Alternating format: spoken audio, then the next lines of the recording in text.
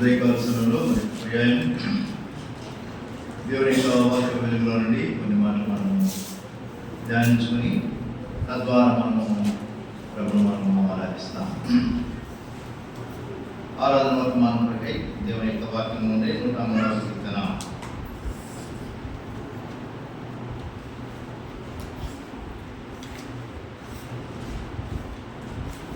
మొదటి నుండి 5 వచనాలు మనం కలిసి చదువుకుంటాం. The book of Psalm, chapter 103, verses 1 to 5. కీర్తన గ్రంథం 103వ అధ్యాయం మొదటి నుంచి 5 వచనాలు, 1 నుంచి 5 వరకు చదువుకుందాం, కలిసి చదువుకుందాం. నా ప్రాణమా యెహోవాను సన్నతించుము, నా అంతరంగమున సమస్తమా ఆయన పరిశుద్ధ నామమును సన్నతించుము. నా ప్రాణమా యెహోవాను సన్నతించుము, ఆయన చేసిన ఉపకారములు దేని మట్టుకును. ఆయన నీ దోషములన్నింటినీ కుదుర్చువాడు, నీ సంకటములన్నింటినీ కుదుర్చువాడు. సమాధిలో నుండి నీ ప్రాణం విమోచించుచున్నాడు, కరుణా కటాక్షం నీ కిరీటముగా ఉంచుచున్నాడు. పక్షిరాజు యవనములే నీ యవనము ప్రతదవుచున్నట్టు మేలుతో నీ హృదయమును తృప్తిపరచుచున్నాడు. చిన్న ప్రార్థన చేసుకున్నాం. ప్రియమైన తండ్రి, నమ్మకమైన మా ప్రభా, మరి ఎప్పుడూ ప్రార్థన మందిరంలో నూతన సంవత్సర కూడిక మేము కలిగి ఉండడానికి మీరు మాకు అనుగ్రహించినటువంటి శ్రేష్టమైన కృప కొరకై మీకు స్తోత్రం. ప్రభా, మా ఎడల మీరు కలిగిన ఉద్దేశాన్ని కొరకే మీకు వందనాలు. మేము మానవాంతరులు, మీరు మహాదేవుడు.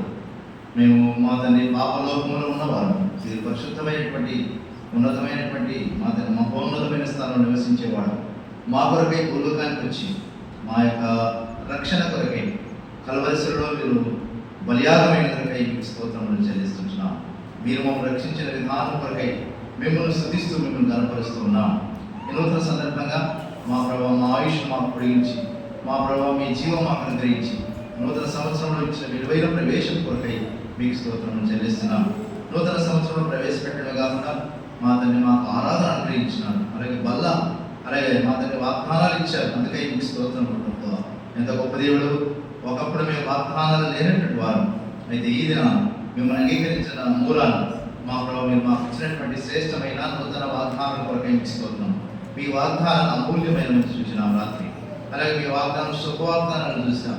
మీ వాగ్దానాలు మా ప్రభావ పరిశుద్ధ వాగ్దానాలను చూసాం, అత్యధికమైన వాగ్దానాలను చూసాం. వీటన్నిటి కొరకై మీకు స్తోత్రం. వాగ్దానాలు ఎన్ని అయినారు అన్ని క్రీస్తునంత అవునున్నట్టుగా ఉన్నాయని కూడా మేము గమనిస్తూ రాగలిగిన మీ వాగ్దానాల కొరకై మీకు వందనాలు. ఉదయకాల సమయంలో సమయానికి వచ్చిన వీళ్ళందరి కొరకై మీకు స్తోత్రం. ప్రభావ, వారిని వారి కుటుంబాలను ఆశీర్వాదకరంగా నిలబెట్టండి. అలాగే మా ప్రభావ ఎవరైతే మార్గ మధ్యలో ఉన్నారో వారికి సకాలం నడిపించు. ఎవరైతే ఇంకా నిర్లక్ష్యంగా నిద్రమలో ఉన్నారో ప్రభావ వారితో కూడా మీరు మాట్లాడము, వారి గురుకులకు మీ మందిరాన్ని నడిపించి మీ నామాన్ని తెచ్చుకుని వేడుకుని ప్రతి విధమైన ఆటంకం కలిగించి పరిశుద్ధాత్మ యొక్క నడుపుదల, పరిశుద్ధాత్మ యొక్క నడిపింపు మీరు మాకు దయచేయమని వేడుకుంటూ మేము స్థుతిస్తూ కనపరుస్తూ మిమ్మల్ని ప్రయాణించు. రాత్రి జరిగించిన పరిచర్యపై మీ ముద్ర వేయండి. ఉదయకాల సమయంలో కూడా మా ప్రభావ మీ సన్నిధి మేము కోరుకుంటూ నూతనంగా వచ్చిన వారితో మీరు మాట్లాడండి, పాత వారితో కూడా మీరు మాట్లాడండి. ఆ అవసరత మీరు ఎదురు దేవుడు ప్రతి ఒక్కరితో మీరు మాట్లాడి మామూలు తృప్తి పట్టి పంపించమని మా ప్రభు రక్షకుడైన యేసుక్రీస్తు వారి పరిశుద్ధ నామంలో ప్రార్థించని వేడుకుంటూ ఉన్నాము తండ్రి, ఆమేన్. ఇక్కడ మనం గమనించినట్లయితే 103వ కీర్తనలో దావీదు తన యొక్క ఆరాధన అనుభవాన్ని తెలియజేస్తున్నాడు. David is explaining his experience about worship. తన జీవితంలో ఎలాంటి ఆరాధన కలిగిన వాడుగా ఉన్నాడో, దేవుడు ఏ రీతిగా ఆరాధించారో మనం కీర్తన గ్రంథంలో చూడగలం. బైబిల్లో ఆరాధకుడు ఎవరైనా ఉన్నారా అంటే మొట్టమొదట మనం గుర్తుకొచ్చేటువంటి దైవజనుడు ఎవరంటే దావీదు. అద్భుతమైనటువంటి ఆరాధకుడు ఆయన. ఆయన రాత్రి పగలు ప్రభువును ఆరాధించినవాడు. అయితే ఆయన కష్టాలు ఉన్నాయి, శ్రమలు ఉన్నాయి, ఇరుకులు ఉన్నాయి, అవమానాలు ఉన్నాయి, కొరతలు ఉన్నాయి, అలాగే రకరకాల పరిస్థితులు, శత్రువులు ఉన్నారు, ఎదిరించేవారు ఉన్నారు. అయినా కూడా ఈవెంట్ ఇలాంటి పరిస్థితులన్నింటిలో కూడా దావీదు దేవుని ఏం చేశాడు? ఆరాధిస్తూ రాగలిగాడు. రాత్రి ఒక మాట చూసాం, అన్ని పరిస్థితుల్లో పొరపాటు చేసినప్పుడు దావీదు యథార్థంగా తప్పుకొనగా ఏం చేశాడు చెప్పండి? ఒప్పుకుంటూ వచ్చాడు. ఇప్పుడు ఈ యొక్క వర్తమానంలో ఆరాధన వర్తమానం ఏం గమనిస్తామంటే అన్ని పరిస్థితుల్లో ఆరాధించినటువంటి ఆరాధకుడు ఎవరయ్యా అంటే ఎవరు చెప్పండి? దావీదు. What ever it may be, what ever the situations may be, what ever the circumstances may be, what ever the problems and troubles may be, he continued worshipping the lord. చూడండి, చిన్న కష్టం వస్తే ప్రభుని ఆరాధించడానికి మనకు మనసు ఉండదు. అన్ని బాగున్నప్పుడు ప్రభుని ఆరాధిస్తాం. దేవా ఎంత గొప్ప దేవుడు అవుతాయన, అసలు నీలాంటి వాడు లేనే లేడంట.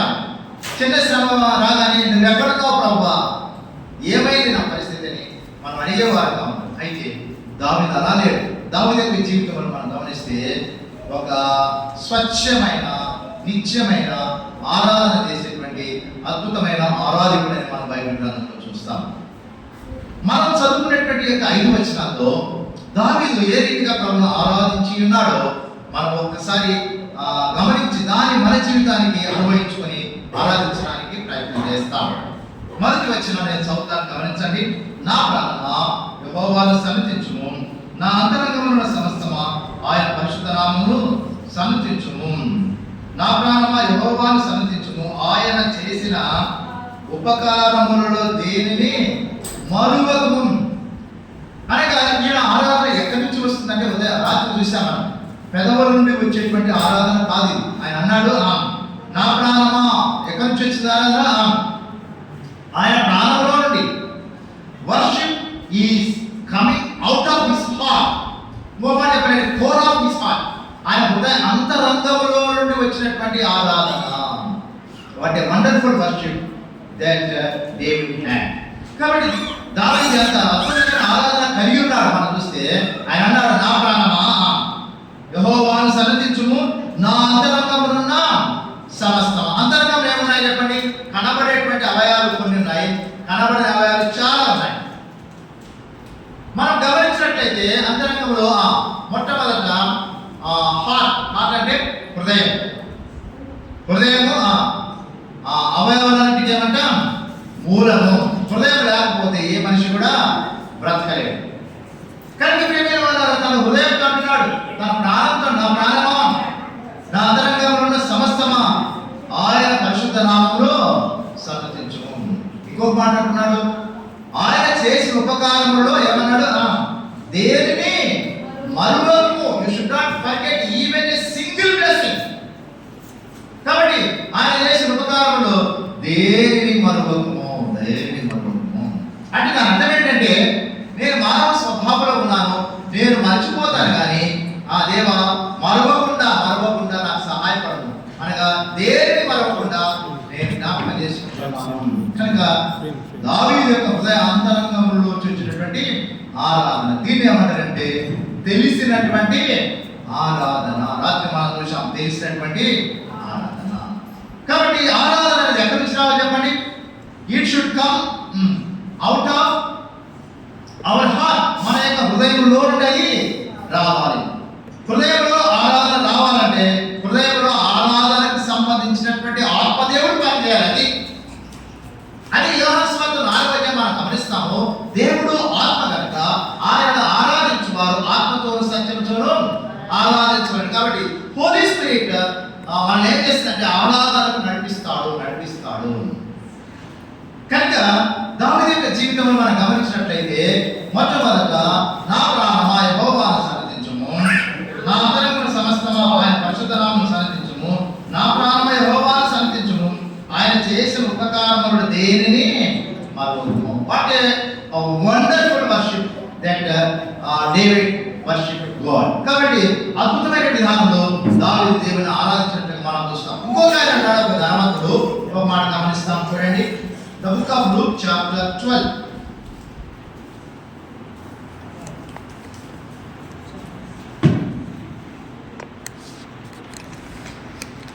According to the Gospel of Luke chapter 12,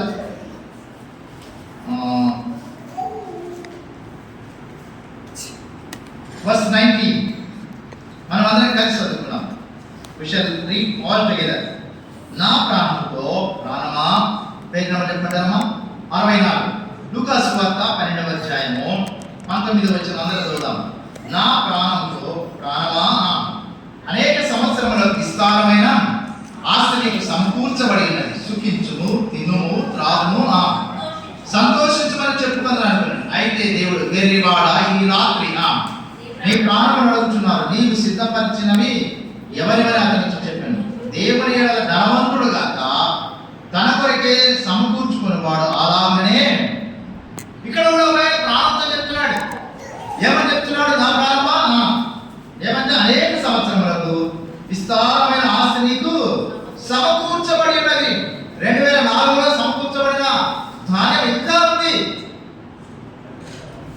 2023లో సమకూర్చినటువంటి ధాన్యం ఇంకా ఉంది.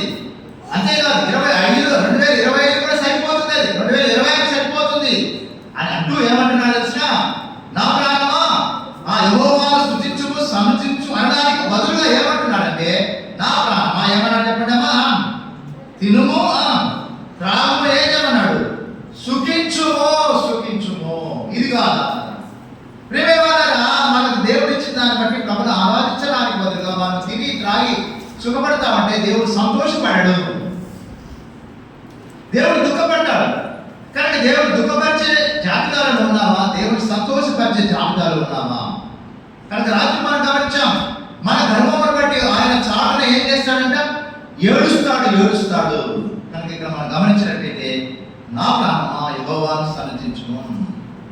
అయితే దేవుడు ధన ధాన్య సమృద్ధి అనుగ్రహించిన తర్వాత దేవుడిని ఆరాధించడానికి బదులుగా, దేవుడిని స్తుతించడానికి బదులుగా, దేవుడిని కనపరచడానికి బదులుగా తన ప్రాణంతో అంటున్నాడు తినుము, త్రాగుము, సుఖించుము. అయితే రాత్రి వెర్రివాడా ఏమన్నా ఆయన చెప్పండి? వెర్రివాడా అంటే దాని అర్థం ఏంటంటే దేవుడి కొరకు తమ వరకే ధనం సంపాదించుకున్న వారిని దేవుడు ఏమంటాడంటే చెప్పండి వెర్రివాడు. అని అనడమే కాదు, ఒక మాట అన్నాడు, ఈ రాత్రి నీ ప్రాణం అడుగుతున్నాను, నీవు సిద్ధపరిచినవి. కనుక ఈ యొక్క మధ్యాహ్న కాల సమయంలో ఆరాధనకు వచ్చిన మనం మొదటి దినం ఈ సంవత్సరానికి ఎలా ఉన్నాం? కనుక మనము దావీదు వలె ఆరాధించాలని ప్రభు కోరుతున్నాడు. నా ప్రాణమా యెహోవాను సన్నిధించుము, నా అంతరంగమున సమస్తమా ఆయన పరిశుద్ధ నామమును, ఆయన చేసిన ఉపకారములు దేనిని మరువకుము. ఒకవేళ ప్రశ్న రావచ్చు, ఎందుకు దావీదు దేవుని ఆరాధిస్తున్నాడు? Why David is worshipping God? ఎందుకు దేవుడిని దావీదు ఆరాధిస్తున్నాడంటే ఆయన కొంత వివరణ ఇచ్చాడు. గమనిస్తాం చూడండి, ఏమి ఇచ్చాడు ఆయన? మూడవ వచనం ఆయన నీ దోషములన్నిటినీ క్షమించువాడు, నీ సంకటములన్నిటినీ కుదుర్చువాడు. కాబట్టి ప్రేమైన వాళ్ళని ఇక్కడ మనం గమనిస్తే ఆయన నీ దోషములన్నిటిని ఏం చేశాడంట? క్షమించువాడు. తర్వాత ఏమన్నాడు? నీ సంకటములన్నిటినీ కుదుర్చువాడు, సెట్ రైట్ చేసేవాడు, సెట్ రైట్. కాబట్టి ఆయన క్షమించేవాడు, అలాగే కుదుర్చేవాడు. దేని క్షమించాడంట? ఆయన నీ దోషములన్నిటినీ క్షమించువాడు. రాత్రి మనం చూసాం ప్రేమైన వాళ్ళారా, ఆత్మలో కపటం లేనివాడు. తర్వాత మూడు చూసాం, తన అతిక్రమములకు తన దోషములకు పరిహారం పొందినవాడు ధన్యుడని చూసాం.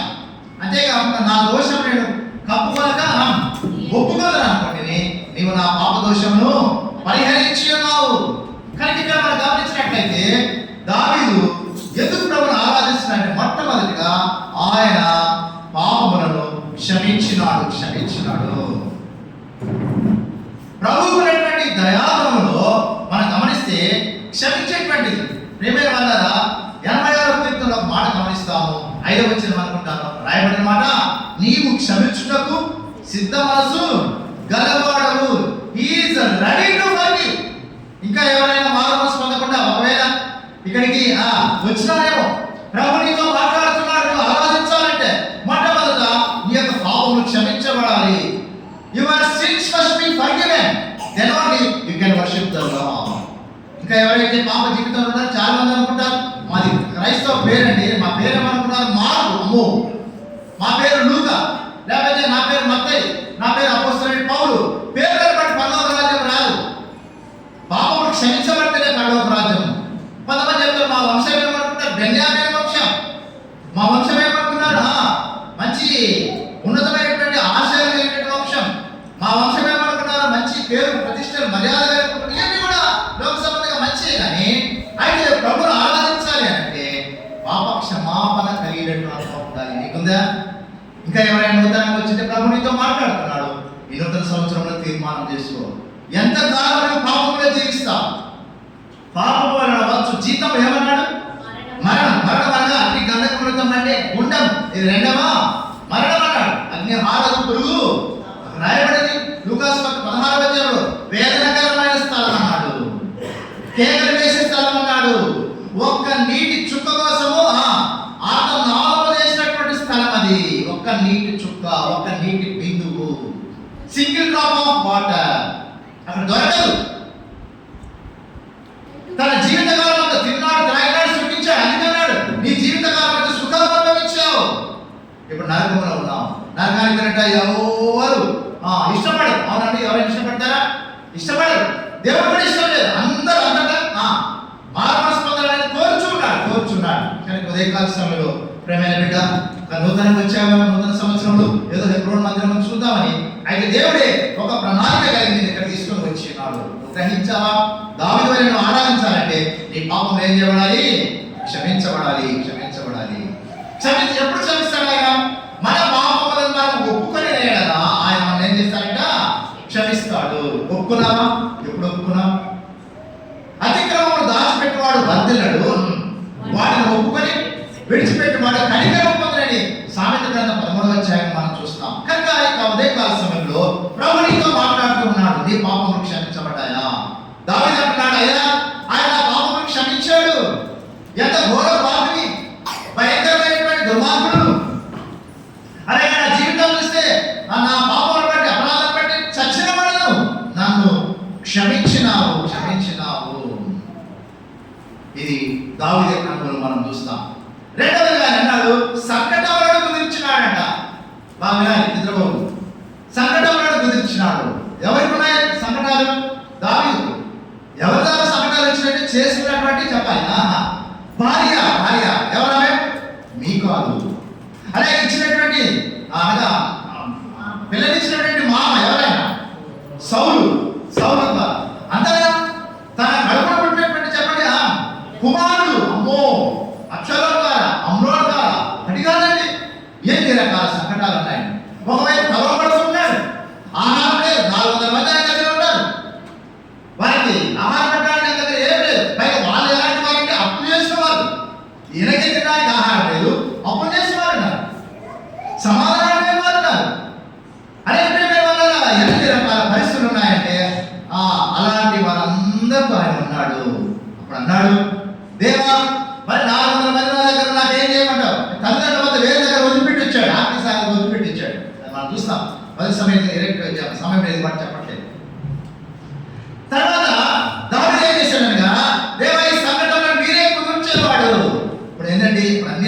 కులాలు ఉంటాయి. పూర్వదినాల్లో ఒక్కొక్క ఇంట్లో 12 మంది పిల్లలు ఉండేవారు. వాళ్ళు పోషించాలంటే చెప్పండి సామాన్యమైన విషయము కాదు. మనం ఇప్పుడు ఈ దినాల్లో ఒకరిద్దరికి ఎంతో కష్టాలు పడుతున్నాం. ఆ దినాలు ఒక కుటుంబం ఎక్కేసుకుంటే 12 మంది, మా కుటుంబం 9 మంది మేము. కాబట్టి వాళ్ళు పోషించారు. కారణం ఆ సంఘటనని దేవుడికి వదిలిపెట్టారు. అందుకే దావీదు గురించి అనుభవం చక్కని పాట రాశారు. సంకట సమయంలో నేను సాగలేకున్నాను, సంకట సమయములో సాగలేకున్నాను, దయచూపు నా మీద అని నేను మొరపెట్టగా, దయచూపు నా మీద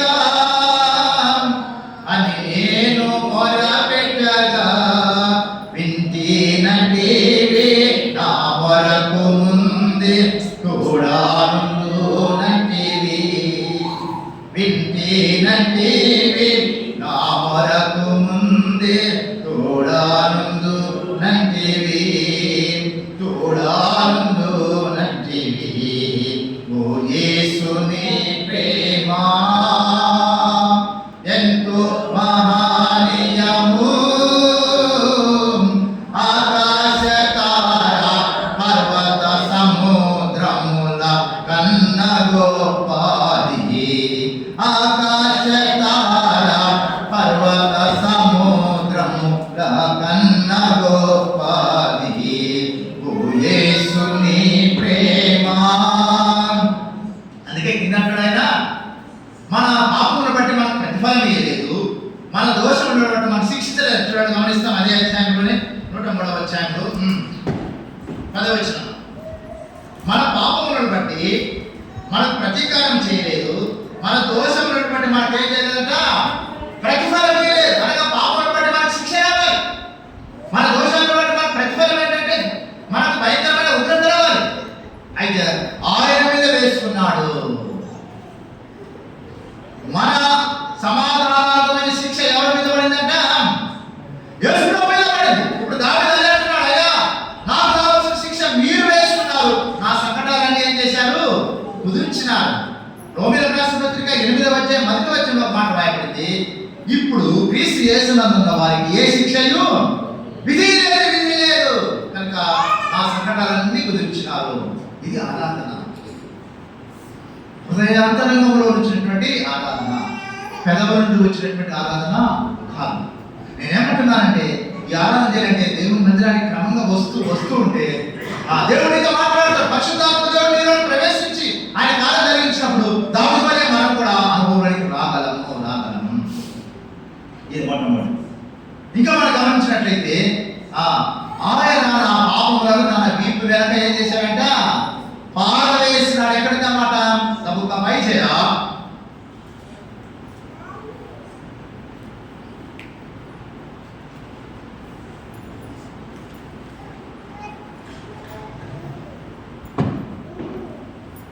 chapter 38 and verse 17. The book of Isaiah chapter 38 and verse 17. అందరం కలిసి చదువుదాం.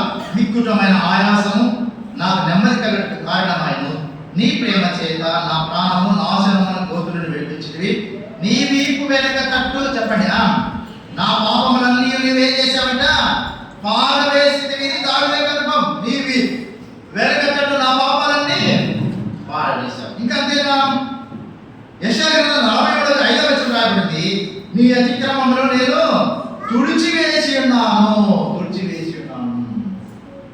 అలాగే మీకా 7వ వచనం రాయబడింది, ఆయన మన పాపములను సముద్ర చెప్పండి అగాధములో వేసినాడు, అగాధములో వేసినాడు. అలాగే హెబ్రీ పత్రిక 10వ అధ్యాయంలో మాట రాయబడింది, ఆయన మన పాపములను ఎన్నటికీ ఏమంట జ్ఞాపకము చేసుకున్నాడు, జ్ఞాపకం చేసుకున్నాడు. ఎంత మంచి దేవుడు, ఎంత మంచి దేవుడు. కనుక దావీదు అంటున్నాడు, నా ప్రాణమా ఆయన నామం ఏం చేయాలా, ఆయన చేసిన ఉపకారంలో దేనిని మొట్టమొదట నీ పాపములన్నీ క్షమించినాడు, నీ దోషములన్నీ క్షమించినాడు, నీ సంకటములను కుదిర్చినాడు. ఇది మన అనుభవం ఉండాలి. ఇది మొట్టమొదటి. రెండో మాట మనం గమనిస్తాం చూడండి, మనకు తెలిసిన మాటలే. సమాధిలో నుండి నీ ప్రాణంలో విమోచించుచున్నాడు, కరుణా కటాక్షములను నీ కిరీటముగా ఉంచుచున్నాడు. ఉంచుచున్నాడు. రైట్. ఇక్కడ మనం గమనించినట్లయితే రెండవ మాట లేకపోతే రెండవ అనుభవం చూస్తే సమాధిలో నుండి నీ ప్రాణము ఏమంట విమోచించుచున్నాడు అంటే దీని అర్థం ఏంటి? నా David was David is in the tomb. ఎక్కడున్నాడు డేవిడ్ అంటే? ఎక్కడున్నాడంటే సమాధిలో ఉన్నాడు. సమాధిలో ఎవరు ఉంటారు వాస్తవంగా చెప్పండి? బ్రతికిన వాళ్ళు ఉంటారు, చచ్చిన వాళ్ళు ఉంటారు. చెప్పాలి. సమాధి ఎవరు పెడతారు? చచ్చిన వాళ్ళే పెడతారు. అంటే రెండవది దావీదు ఎక్కడున్నాడు చెప్పండి? చచ్చిపోయి ఎక్కడున్నాడు చెప్పండి? సమాధిలో ఉన్నాడు. ఎలా చచ్చిపోయాడంటే ఎఫెసీ పత్రిక 2వ అధ్యాయంలో మనం చూస్తాం. మన అపరాధముల చేతను పాపముల చేతను మనం ఎవరిపోయినాము? చచ్చిన వారు అయినాము. ప్రేమైన వాళ్ళారా, మనం చచ్చిన వారు, చచ్చి సమాధిలో ఉన్నాం. సమాధిలో దుర్వాసన కొడుతుంది, సువాసన కొడుతుంది చెప్పండి. దుర్వాసన అంటే దావీదు అనుభవం ఏంటంటే నేను సమాధిలో బట్టి దుర్వాసనతో ఉన్నాను. ఇంకా మనం కొంచెం లోతుగా వెళ్ళి ఆలోచన చేస్తే యోహాను సువార్తలో లాజరు 4 దినాల నుండి సమాధిలో నుంచి లేపాడు. ఆ సందర్భంగా మాట్లాడుతుంది ఆయన సమాధిలో నుంచి ఎన్ని రోజులైంది? 4 రోజులైంది. ఇప్పుడు సమాధి తీస్తే ఏమొస్తుందంట? దుర్వాసన కొట్టున్నా అని చెప్పి. ప్రేమైన వాళ్ళ సమాధి అనగా చచ్చిపోయిన స్థితి, సమాధి అనగా దుర్వాసన. ఇంకా మనం గమనించినట్లయితే సమాధి అనగా నిర్జీవమైన స్థితి, సమాధి అనగా ఎముకలు, సమాధి అనగా మట్టికి మట్టి. ఇది దావీదు అనుభవం. అంటున్నాడు ఆయన, అయ్యా ఎందుకు ఆరాధిస్తున్నాడు ప్రభువును? ఓ హెబ్రోనులో ఉన్నటువంటి వాళ్ళారా, నేను ప్రభువుని ఎందుకు ఆరాధిస్తున్నానంటే ఆయన నా ప్రాణము సమాధిలో నుంచి విమోచించినాడు. మాట్లాడుదాం. ఎలా విమోచించాడంటే నా ప్రాణాన్ని విమోచించడానికి నా రక్షకుడు శిలువలో తన ప్రాణాన్ని అర్పించినాడు. సిలువలో బలి అయిన దేవుని గొర్రె పిల్ల, విలువైన ప్రేమ వివరించు యేసు, విలువైన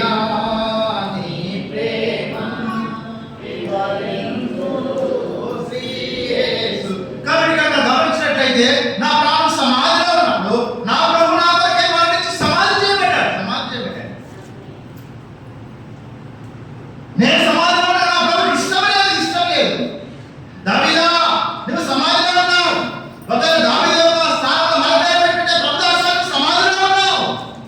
జోసెఫ్ గారికి సమాధిలో ఉన్నారు. సమాధిలో ఉన్నావు. నీ సమాధిలో నుంచి నిన్ను బయట తీయడానికి ఆయన సమాధి చేయబడ్డాడు. ఇది ఆరాధన. ఆయన భక్తిహీనుల ఎదుట నిలబడ్డాడు. ఆయన సమాధేశం ఎవరు లేరు. ఒక్క వ్యక్తి అర్పణ చేసే ఉన్నాడు. ఆయన సమాధి చేశాడు. ఎంత గొప్ప ఆధిక్యత ప్రభు కలిగిన వాడు. కాబట్టి నా ప్రాణం ఆయన సమాధిలో ఏం చేశాడంట? విమోచించాడు. ఆయన చెరగా పట్టుకొని వచ్చాడని మాట్లాడింది వాక్యంలో, ఎఫెసీ పత్రిక 4వ అధ్యాయంలో. కనుక ప్రేమైన వాళ్ళారా, ఇప్పుడు దావీదు యొక్క ప్రాణాన్ని బయటకు తీస్తున్నాడు. దేవా నేను సమాధిలో ఉన్నా, ఎంతకాలం సమాధిలో ఉండాలా? లేదు రాజాలతో పడాలి. మనను జయించి దావీదు కూడా బయటకు తీసుకొని వచ్చినాడు. ఇది ఆరాధన. ఎరిగావా? ఆరాధన ఎంత అమూల్యమైనదో. అందుకే దావీదు కన్నీళ్లు పర్యంతమైంది. ఆయన ఆరాధిస్తున్నాడు. అబ్బా ఇంత గొప్ప ఆరాధన, ఇంత గొప్ప విమోచన తీసుకొచ్చాడు. విమోచించి సమాజంలో తీసుకొని వచ్చినాడు. అందుకే దావీదు అంటాడు, ఆయన ప్రాణము సమాజంలో నుండి ఏమంట విమోచించుచున్నాడు. ఇంకొక మాట గమనిస్తే శత్రువైన ప్రమేశ్వర విశ్వాస సమాధి అనుకున్నాడంట. యేసు ప్రభు సమాధి పడిగా లేడు. ఇక అయిపోయింది, జీవితం అయిపోయింది, పురుషాలు అనుకున్నాడు. అయితే మన ప్రభు సమాధిని జయించాడు. సమాధికి ఒక ప్రశ్న వేశాడు. ఓ సమాధి చెప్పండి, నీ మరణము ఎక్కడ? నీ ముళ్ళు ఎక్కడ? సమాధి ఓడిపోయింది. అయ్యా అనేక మందిని బంధించారు, కానీ నాలో నుంచి ఇంతవరకు ఒక్కడు కూడా బయటకు రాలే. మీరు మాత్రం సమాధి జయించి బయటకు వచ్చినారు అని సమాధి ఓడిపోయింది.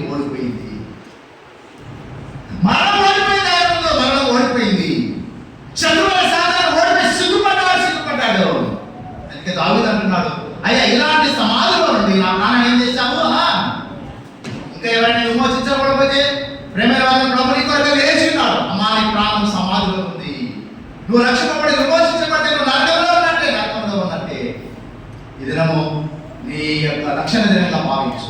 అయ్యా, నన్ను సమాధిలో నుంచి దావీదు ఎట్లా తీసినావు నన్ను విడిపించు. సమాధిలో ప్రాణం ఏం చేశాడంట?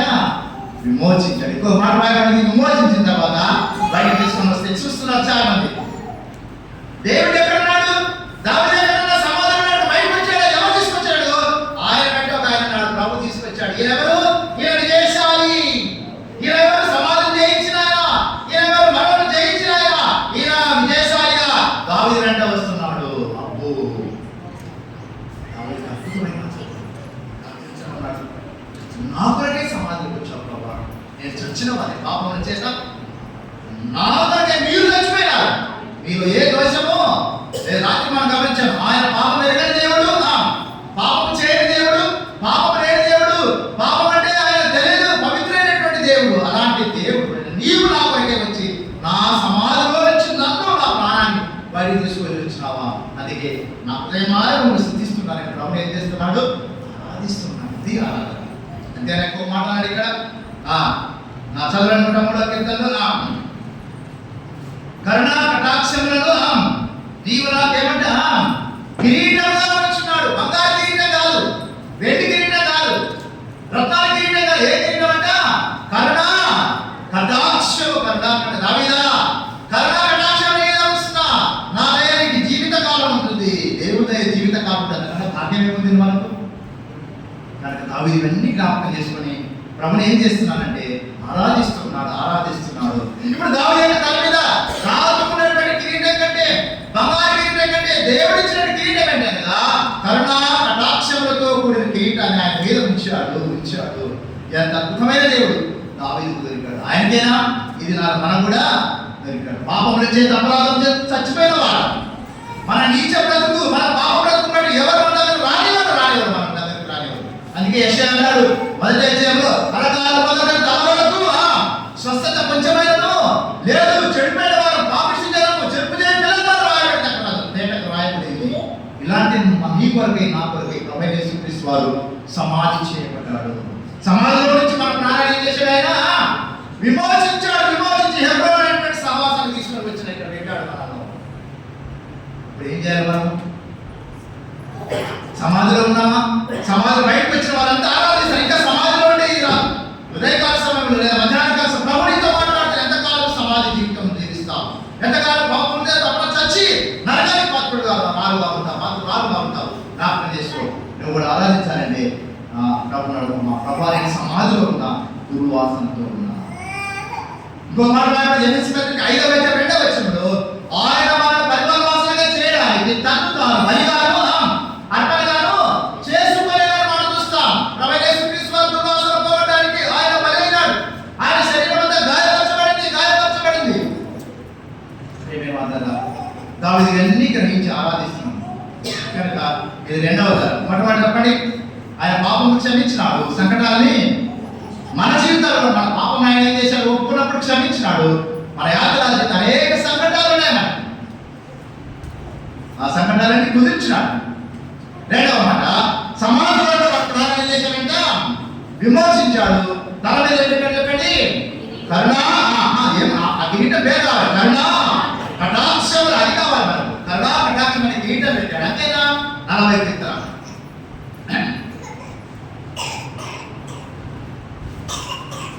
Psalm 40 40.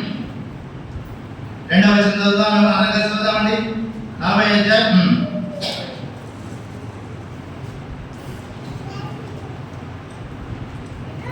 2వ వచనం. నాశనకరమైన గుంటల నుండి, చీకటిగల బ్రహ్మభూముల నుండి ఆయన నన్ను పైకెత్తెను. నా పాదములు బండ మీద నిలిపి నాడు ఏం చేసినాడంట? స్థిరపరిచను. 3వ వచనం కూడా, తనకు స్తోత్ర రూపముకు క్రొత్త గీతము మన దేవుడు ఏం చేశాడంట? నా నోట ఉంచెను. ఇది దావీదు యొక్క నూతన అనుభవము. నూతన సంవత్సరం నన్ను ఆరాధించే విధానం ఎలా ఉందంటే, నన్ను సమాధి నుంచి బయటకు తీశాడు. నా తల మీద కరుణాకటానికి కిరీటం పెట్టాడు. 3వదిగా నా పాదం ఎక్కడ నిలబెట్టాడు? ఎక్కడ నిలబెట్టాడంట? బండ మీద. ఆ బండ ఎవరంటే ప్రభువైన యేసుక్రీస్తు వారి బండ మీద నిలబెట్టాడు. కాబట్టి నా హృదయంలో నుంచి కొత్త కీర్తన వస్తా ఉంది. ఒక నూతన గీతం, ఒక నూతన ఆరాధన. కొన్నిసార్లు ఆరాధన చేస్తుంటే మనకు అర్థం కాదు. అరే ఈ అమ్మాయి ఇంత చక్కగా ఆరాధన చేస్తుంది, లేదా ఈ సభ ఇంత ఆరాధిస్తున్నారు ఎలా ఆరాధించగలుగుతున్నామంటే దేవుడు తనలో జరిగించిన నూతన కార్యం. ఈ కార్యం నాలో జరిగింది కనుకనే ప్రభువును మనం ఆరాధించబద్దులమై ఉన్నాం. కనుక నా ప్రాణమా సమాధిలో నిన్ను విమోచించాడు, కటాక్షం కిరీటంగా అనుగ్రహించాడు, నీ పాదములను బండి మీద స్థిరపరిచాడు కనుక ఆయన స్తుతించు. స్తోత్ర గీతం, నూతన గీతం పాడు, నూతన గీతం పాడు. నూతన గీతం అంటే నూతన అనుభవం కనుక ఇది రెండవ తరం. తర్వాత మూడవది చూస్తాం. చూడండి, త్వరగా ముగించుకుంటా. లేట్ అయినా పర్వాలేదు, ఎందుకంటే ప్రేమ ఉందని చెప్పారు కాబట్టి నేను కంగారు పడాల్సిన పని లేదు, తొందరపడాల్సిన పని. 103వ అధ్యాయం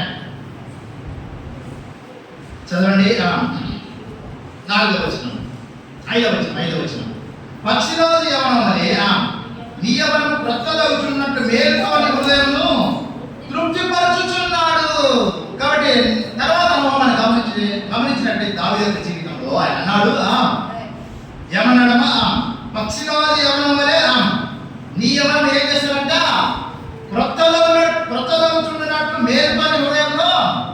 ఇప్పుడు దావీదు వయసు పడే పడది ఏమైపోవాలి? బలహీనమైపోవాలి. అలా కాదు. ఇప్పుడు ఆంటీకి ఎన్ని సంవత్సరాలు? దాదాపు 10 సంవత్సరాలు ఉంటాయి అనుకోండి. ఆమె జీవితంలో ఏమంటే శరీర బలహీనతలు ఉన్నాయి. అయితే దావీదు ఏమంటాడంటే శరీర బలహీనతలు ఉన్నప్పటికీ, ఇప్పుడు ఆంటీ కూడా శరీర బలహీనతలు ఉన్నప్పటికీ నా జీవితంలో దేవుడు యవ్వనము అవుతున్నట్లుగా చేశాడు. ఎంత గొప్ప అనుభవం! ఇంకా మనకు అర్థం కావాలంటే ప్రేమైన వాళ్ళ మోసే కాలంలో కాలేబు గురించి మోసే ఒక మాట అన్నాడు. కాలేబు మోసేతో ఒక మాట అన్నాడు, అయ్యా నీవు నన్ను ఆ దినం పంపినప్పుడు 40 ఏళ్ళు, ఇప్పుడు నాకు 80 ఏళ్ళు వచ్చినాయి. 40 ఏళ్ళప్పుడు ఎంత బలం ఉందో ఇప్పుడు కూడా నాకంటే బలం ఉంది. నా బలము తగ్గిపోలే. ప్రభు కొరకై నాకు నూతన బలము.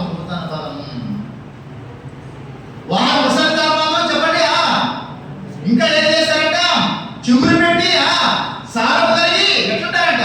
పచ్చగా ఉందరు. దేవుని యొక్క కృప అండి, దేవుని యొక్క కృప. ఈ దినాలు 30 ఏళ్ళకే మోకాలు నొప్పులు, 40 ఏళ్ళకే నడుము నొప్పులు, 50 ఏళ్ళకే అన్ని నొప్పులు. కారణం ఏంటంటే యేసుక్రీస్తు వారి హృదయంలో లేడు.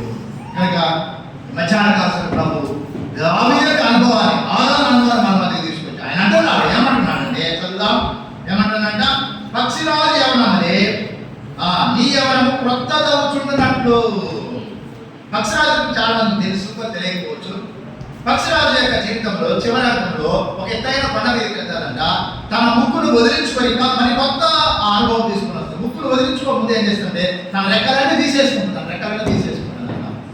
ఆ రెక్కలన్నీ అయిపోయిన తర్వాత ముక్కులో వదిలేసిన తర్వాత తిరిగి రెక్కలు వస్తాయి. యవనదశలో ఎంత బలం తీరా బలం పుంజుకుంటుంది. ఇది పునరుద్ధాన ఫలము. దావీదు అనుభవించాడు. అందుకే ఆరాధన చేస్తున్నాడు. నా ప్రాణమా నీ యవనాన్ని పక్షరాజు యవనమే కొత్తదగుచున్నట్టు మేలుకొని హృదయం ఏం చేస్తున్నాడు చెప్పండి? తృప్తిపరచుచున్నాడు. ఒక మాట మనం అడిగితే 123వ కీర్తన అనుకుంటా ఒక మాట చూస్తాం. చూడండి, ఆయన అడుగుదాం. లేదా ఆ దినాలు ప్రజలు ఒక మాట అడిగినారు. ఏమని అడిగినారంటే చదవండి. 122వ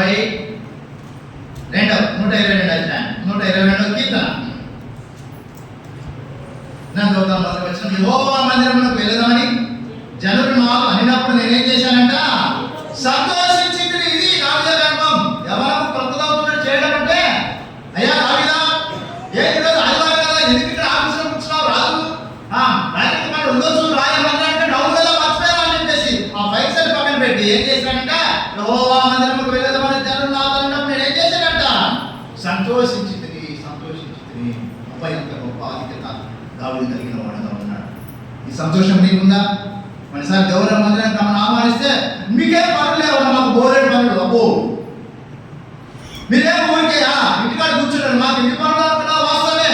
ఆ పని దేవుడి నుంచి తీసివేస్తే ఏం చేస్తావు? ఆ పని దేవుడు తీసివేయకపోతే దేవా నాకు ఇచ్చిన పనిని నేను నమ్మకంగా చేసుకుని మీ పని కూడా చేయడానికి సహాయపడి మీ మందిరానికి రావడానికి. ఇది మన తీర్మానమైనది. దావీదు అంటాడు, నేను నా దేవుని మందిరంలో చిరకాలం ఏమంటాడు? ఏమంటే రాజు కదా, ఆధునిక భవనం తయారు అంత బాగుంది. అదొద్దు నాకు ఏం కావాలి? దేవుడి యొక్క మందిరం. ఎంత గొప్ప ఆధిక్యత. కాబట్టి దావీదు యొక్క జీవితంలో నూతనమైనటువంటి పాట పాడాడు. తన యవనం ఎట్లుందంటే నూతనమైనటువంటి యవనం అనేది ఉన్నట్టుగా మనం చూస్తున్నాం. ఇంకో మాట అంటాడు, మేలుతో నా హృదయం ఏం చేస్తున్నావంట, తృప్తిపరుచున్నావు. దావీదు కీర్తన చదవండి. క్రొవ్వు మెదడు దొరికినట్లుగా నీ వాక్యం నాకు దొరికింది అంటాడు. అబ్బా, చుంటి దేహ కావాలంటే నీ వాక్యం నాకు తృప్తినిచ్చింది అంటాడు. ఎలా దేవుని యొక్క వాక్యమైన అనుభవించడం మనకు అర్థం కాదు. దాని ప్రేమ మాట దేవుని యొక్క హృదయంలో ఉన్నటువంటి అన్ని తీసుకొని వచ్చినట్టు దావీదు. క్రొవ్వు మెదడు ఎలా ఎంత టేస్ట్ ఉంటుందో, అలాగే తేనె ఎంత టేస్ట్ ఉంటుందో ప్రేమ మాట దావీదు కూర్చుని అనుభవం. అందుకే తృప్తి పరచబడ్డాడు. ఆయన అన్నాడు, గొప్ప దైవజనుడు, last time is my satisfaction, ప్రభు యొక్క వల్ల నాకు సంతృప్తి అన్నాడు. కనుక ప్రేమ మాట దావీదు అనుభవం. కనుక మన అనుభవం ఏంటి కొద్దిగా అవసరం జ్ఞాపకం చేసుకుందామా? మరొకసారి మాట చదువుకొని మనము ఆరాధనలోకి వెళ్దాం. ఇంకా ఎవరైనా ఆరాధన పొందకుండా పాప క్షమాపణ పడుకుంటే అమ్మా ఆరాధన పడుతున్నా అందరూ ఇంకా మాట్లాడుతున్నాడమ్మా, ఎంతకాలము ఆరాధించకుండా నువ్వు బయట ఉంటావు. ఆరాధించకపోవడానికి నీలో ఉన్న పాపమే అడ్డు, నీ పాపమే అడ్డు. నీ పాపను క్షమించాలని దావీదు ప్రభు కోరుకున్నాడు. దావీదు క్షమించిన దేవుడు, నన్ను క్షమించిన దేవుడు, సహోదరుని క్షమించిన దేవుడు, సహోదరుని నిన్ను కూడా క్షమించాలని ఇష్టపడుతున్నాడు. అయితే ఒక్కటి చేయాలి. ఏం చేయాలా? పాపం ఏం చేయాలా? ఒప్పుకోవాలి. రక్తంతో కడగమని అడిగితే ఆయన క్షమిస్తాడు. అనుభవం ఉండాలని ప్రభు కోరుతున్నాడు. ఇది ఆరాధన. అంతేకాకుండా ఇంకా దావీదు కీర్తనలో మనం చూస్తాం చూడండి. 103వ కీర్తనలో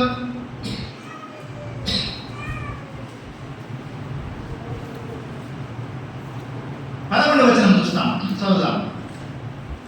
భూమి కంటే ఆకాశం ఎంత ఉన్నతముగా ఉన్నదో ఆయన యందు భయభక్తులు గల వారి ఎడల ఆయన కృప ఏమంట అంత ఏమంట చెప్పండి, అధికముగా ఉన్నది. 103వ కీర్తన తర్వాత ఇక్కడ మనం చూస్తాం 12వ వచనంలో, పడవడికి తూర్పు ఎంత దూరమో ఆయన మన అతిక్రమములు మనకంతా దూరపరిచున్నాడు. ఇక్కడ మనం గమనించినట్లయితే ఆయన కృపను జ్ఞాపకం చేసుకుంటున్నాడు. ఎలాంటిది ఆయన కృప? పడమటికి తూర్పు ఎంత దూరమో అంత దూరపరిచాడు. పాపాలు దూరపరిచిన కృపను గ్రహించినాడు. కృపను గ్రహించినాడు. ఏంటి ఆ కృపనగా? రాయబడిన మాట ప్రకారం భూమి కంటే ఆకాశం ఎంత ఉన్నతంగా ఉన్నదో ఆయన భయభక్తులు గల వారి ఎడల ఆయన కృప అంతా అధికముగా ఉన్నది. ఈ కృప ఎవరనగా ప్రభువైన యేసుక్రీస్తు వారే. కృపా వరముగా మనకి ఇవ్వబడ్డాడు. కృపావరంగా ఇవ్వబడ్డాడు. పాప మరణం వచ్చి జీవితం మరణం అయితే దేవుని కృపావరం మన ప్రభువైన క్రీస్తు యేసునందు ఏమంటాం? నిత్య జీవము. ఆ కృప, ఆ వాక్యమైన దేవుడు శరీరధారి కృపా సత్య సంపూర్ణుడుగా మన మధ్య నివసించినది. మొదటి యోహాను సువార్త 14 మనం చూస్తాం. నాకు ప్రియమైన ఇది దావీదు. నీ అనుభవం ఏంటి? ఈ నూతన సంవత్సరంలో దావీదు వలె ఆరాధిస్తావా? తనకు స్తోత్ర రూపము క్రొత్త గీతం నా నోట ఆయన ఉంచినాడు. నా అడుగు పండుగ ఏం చేసినాడు? ఆయన స్థిరపరిచినాడు. నా ప్రాణాన్ని సమాధిలో నుంచి విమోచించాడు. కరుణా కటాక్షంతో కిరీటం నా మీద పెట్టాడు. అలాగే నా ఎవరు కృతజ్ఞతగా చేశాడు. మేలుతో నా హృదయం ఏం చేస్తున్నాడంట? తృప్తి పరుస్తున్నాడు. 36వ కీర్తన చదివి మనం ఆరాధన వెళ్దాం. 36వ కీర్తన మనం చూసుకుందాం.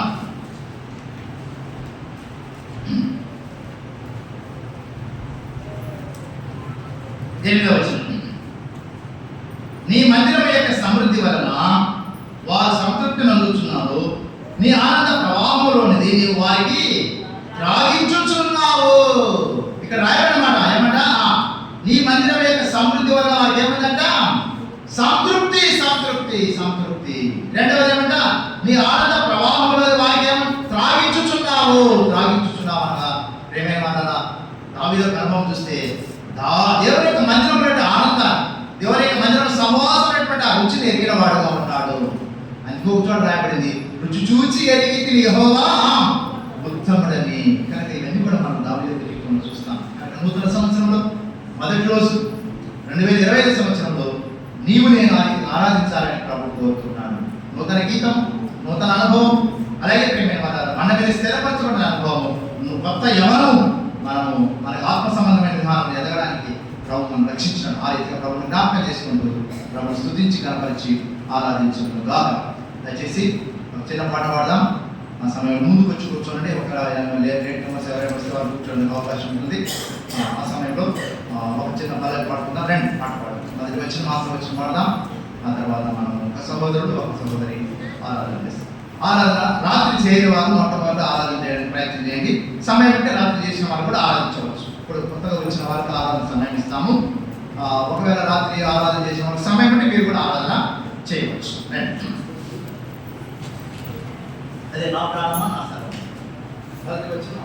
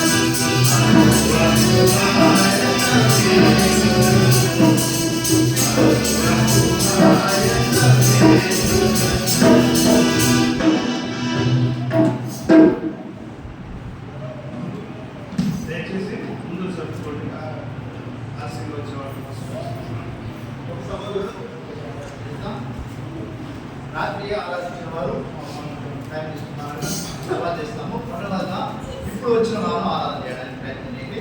సమయం అంటే రాత్రి వచ్చిన వాళ్ళు కూడా మనం ఆరాధన చేస్తాం. తీసుకెళ్ళి అందరం ఆరాధన పాల్గొందాం. చేయండి. సమయం పోనీక ఒక సభలో క్లుప్తంగా మనం వాక్యానుసారిగా ప్రమాణం చేస్తాం.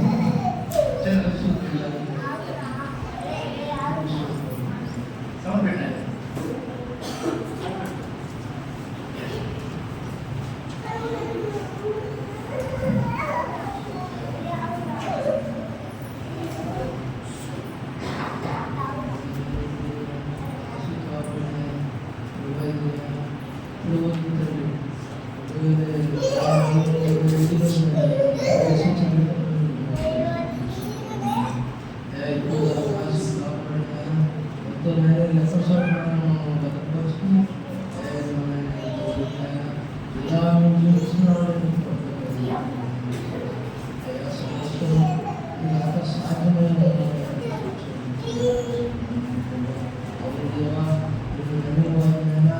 ఇక్కడ కూడా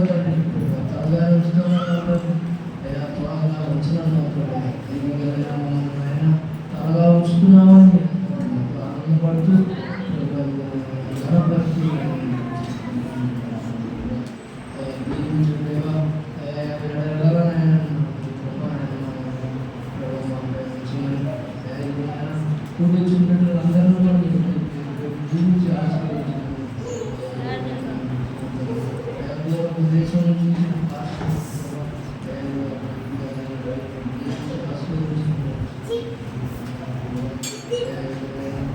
రావాల్సినటువంటి మరొకతరం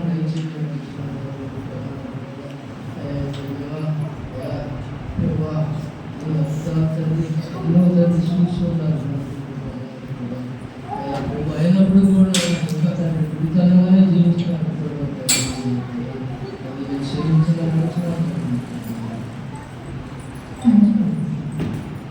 వాళ్ళు ఇవ్వడం అయ్యా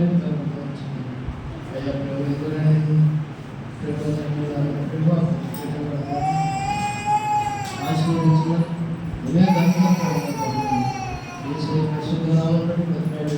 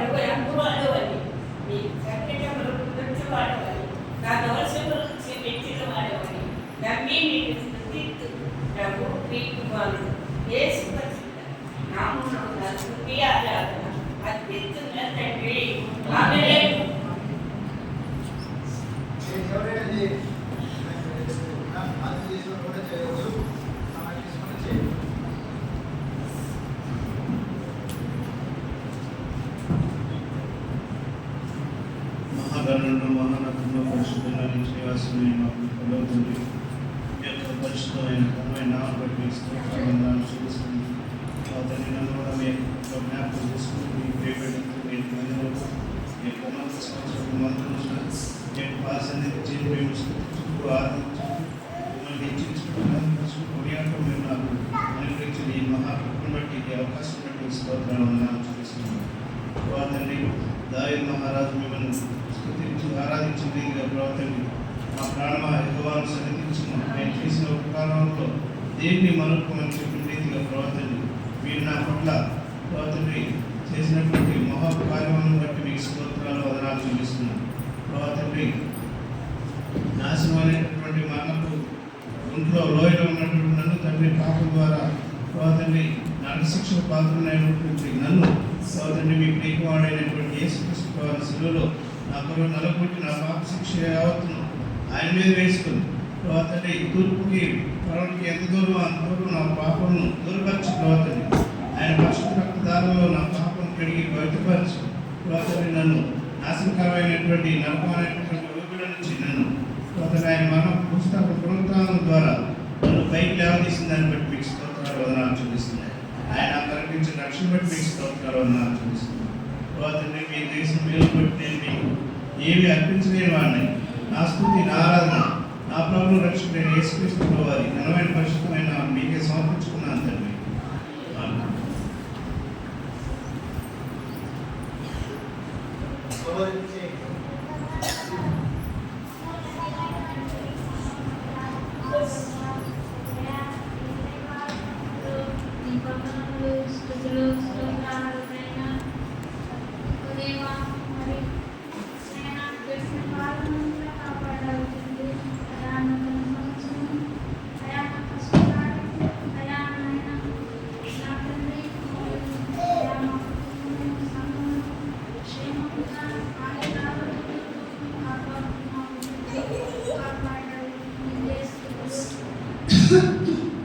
స్తోత్రాలనైనా అయా ఈ నూతన సంవత్సరము ఈ దయాకిరీటం ఇచ్చినావు తండ్రి.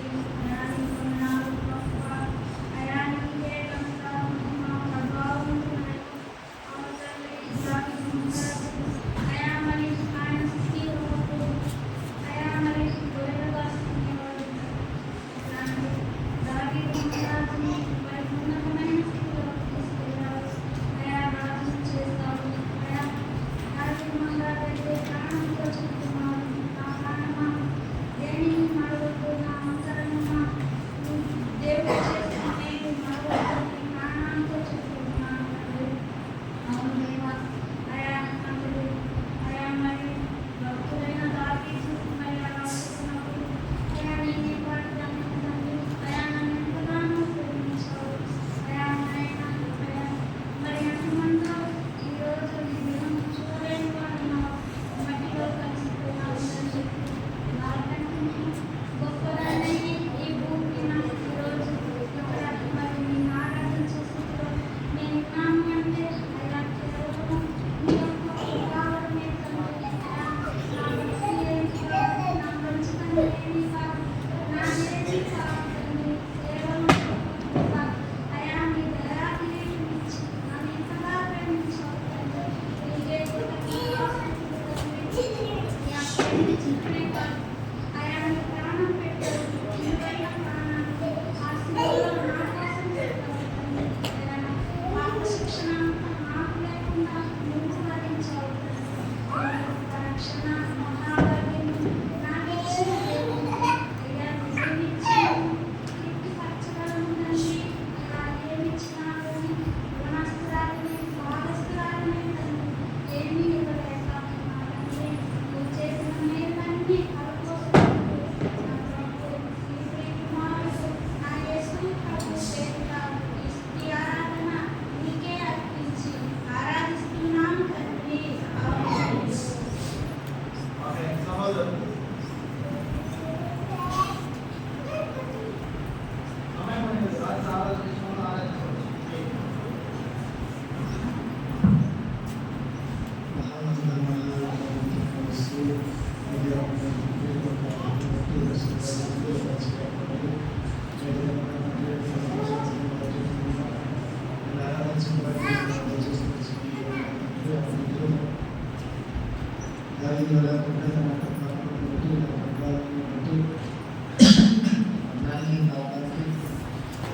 ఈ రకానికి పాత్రమైన స్థితి నుంచి ఆయన శుద్ధి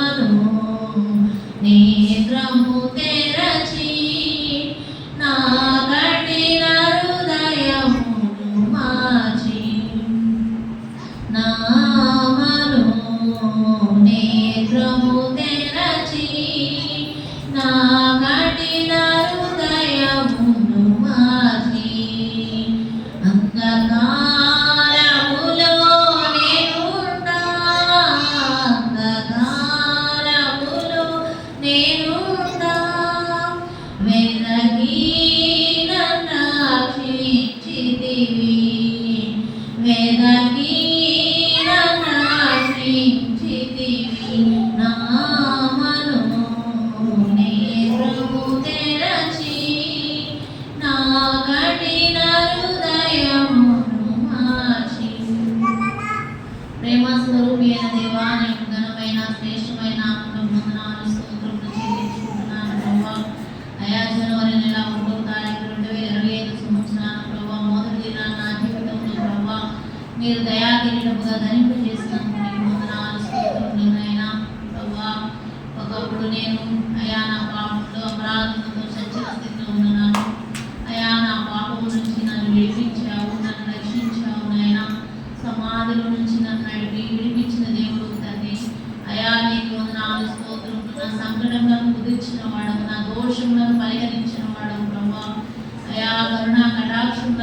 కిరీటముగా ధరింపజేసిన తండ్రి నీకు వందనాలు స్తోత్రములు చెల్లించుకుంటున్నాను.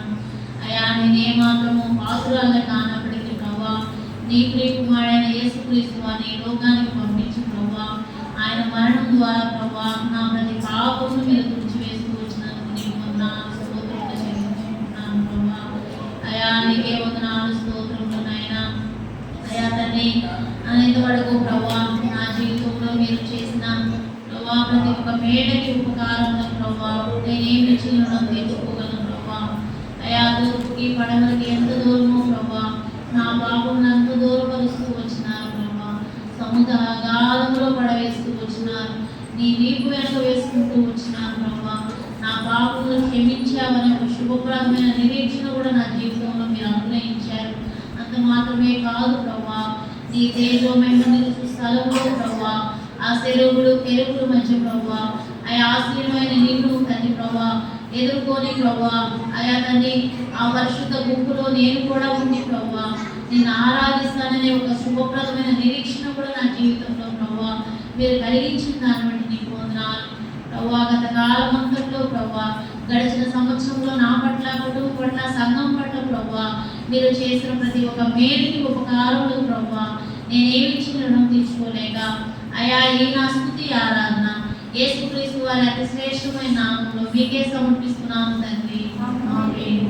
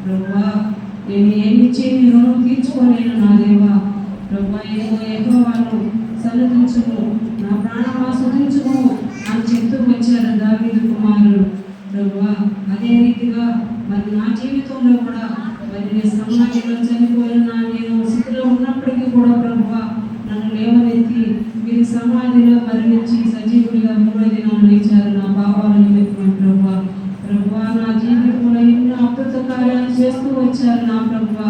ప్రభువా నేను ఏమిచ్చి రుణం తీర్చుకోలేను నాయన.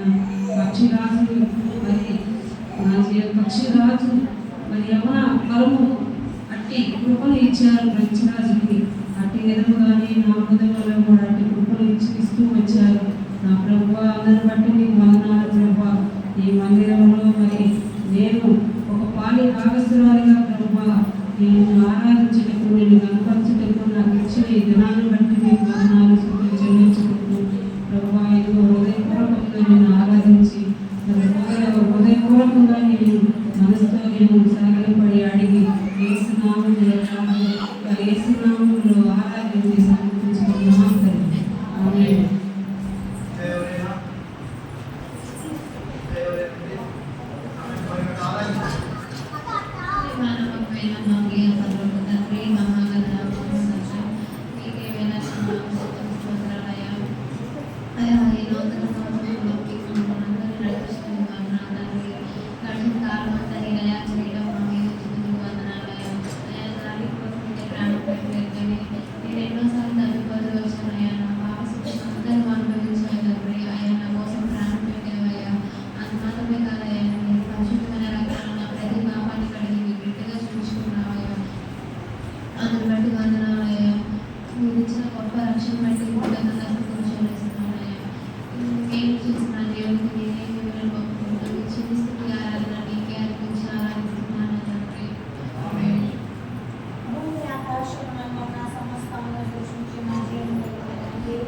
ఈ బంగారు పాదాలు వందనములు స్తుతులు స్తోత్రములు చెల్లించుకున్నాం తండ్రి.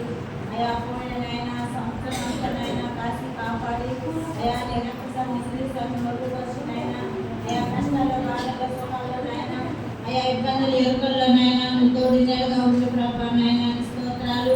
అయా నీకు వందనాలు చెల్లించుకుంటున్నాను ప్రభానైనా. నా తండ్రి నీ తల్లి గర్భంలో ఉన్నప్పుడే ఘోరమైన పాపం ప్రభా.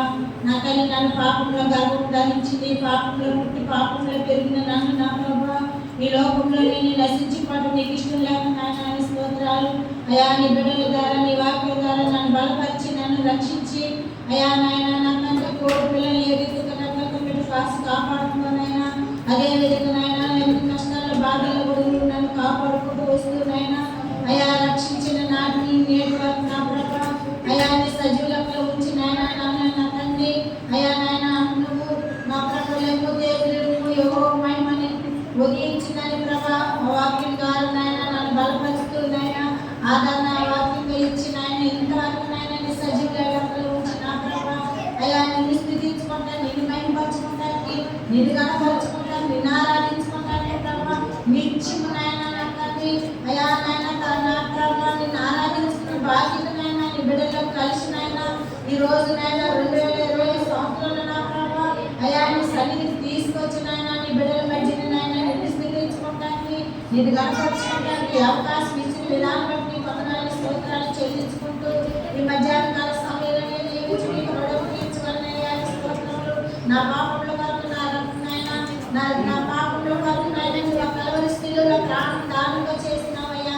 ఆకలి వరకు నాకు నాయన నాయన నీ రక్తం కార్చిన దేవాలయ స్తోత్రాలు.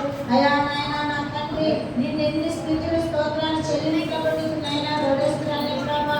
అయ్యా ఈ మధ్యాహ్న కాల సమయంలో నాయన నా హృదయపూర్వక నాయన నా తండ్రి నీ పాదాలకి నాయన స్థితులు స్తోత్రాలు నాయన చెల్లించుకుంటూ నా కొద్ది స్థితి ఆరాధన బంగారు పాదాలకు సమర్పించుకున్నాను తండ్రి. ఆమేన్.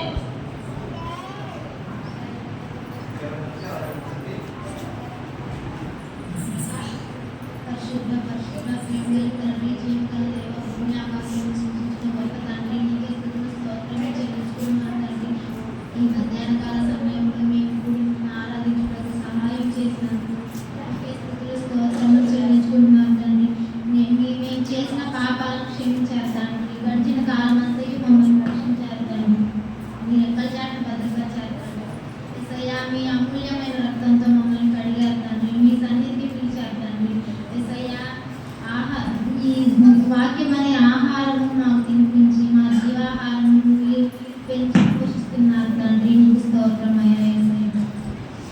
ఈ నూతన సంవత్సరంలో మేము ఏ తప్పులు చేయకుండా మీ సాక్షులుగా జీవించడానికి సహాయం చేయండి తండ్రి.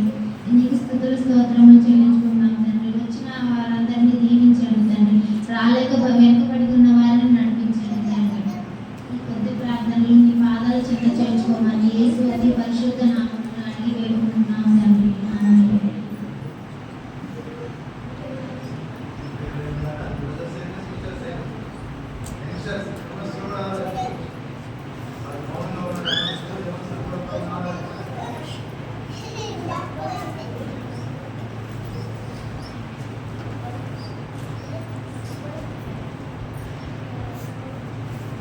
ప్రేమ తండ్రి ప్రభావ ఈ పాపంలో నేను మన ఆలోచించాలి నాకు దయచేసి నా చూసుకుంటాను ప్రభావ నేను కూడా పాపం ప్రభావ చేసి పాపం చేస్తాను సమాజంలో తండ్రి ప్రభావ రక్తం ద్వారా నన్ను కూడా తండ్రి ప్రభావ నన్ను కూడా విమోచి సమాజం నుంచి బయటకు తీసుకొచ్చిన ప్రేమ తండ్రి బట్టి నేను నా చేసుకుంటున్నాను తండ్రి ఈ గురించి స్థితి ఉదాహరణ చేసి పంపించుకుంటున్నాను తండ్రి.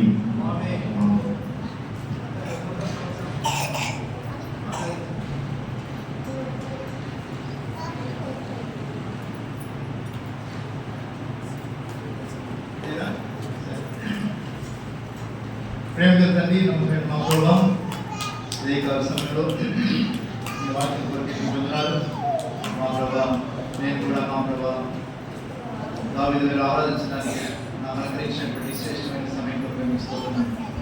నా పాపం క్షమించిన నా పాప శిక్ష మీరు కల్వశిలో భరించి మా దేవ తండ్రి మీరేమి చేయించున్నారో మీరు క్షమించమని నన్ను క్షమించిన మీ ప్రేమతో ఉపయోగిస్తున్నాను.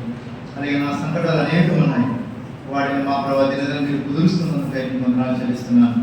అలాగే నాయన నా జీవితంలో మా ప్రభావ నా సమాధిలో పడినప్పుడు నా ప్రాణం నా విమోచించినందుకై మీకు స్తోత్రము. నా విమోచకుడుగా ఉండి నన్ను బయటికి తీసుకుని వచ్చిన మీ ప్రేమ కొరకై మీకు స్తోత్రము. అంతేకాకుండా కరుణా కటాక్షంలో నా మీద కిరీటం పెట్టారని మీకు వందనాలు. నాశనకమైన కుటుంబాలను బయటకు తీసుకుని వచ్చి నా పాదను బండ మీద స్థిరపరిచారని మీకు స్తోత్రము. ఈ రీతిగా లెక్కలేని మీరు ఉపకారాలు ఎన్నో చేశారు, వాటిని బట్టి నేనేం పట్టించగలను? ఏమి లేని వాడిని నా తలను వచ్చి సమాజంలో మీ ప్రజల మధ్య మీ రక్తం చేత కొనబడిన మా తండ్రి సమాజంలో మీరు స్థుతిస్తూ కనపరుస్తూ ఈ కొద్ది స్థుతి ఆరాధన యేసుక్రీస్తు వారి శ్రేష్టమైన నామములో మీకే సమర్పించుకుంటున్నాను తండ్రి. ఆమేన్. దయచేసి మనమందరం లేచి పల్లెలు పాడుకుందాం, వాళ్ళకి వచ్చిన పాడదాం. అసలు మీరు ముందుకు రావడానికి ప్రయత్నం చేయండి. ఈ పాట ద్వారా కూడా మనం ప్రభువును ఆరాధించవచ్చు.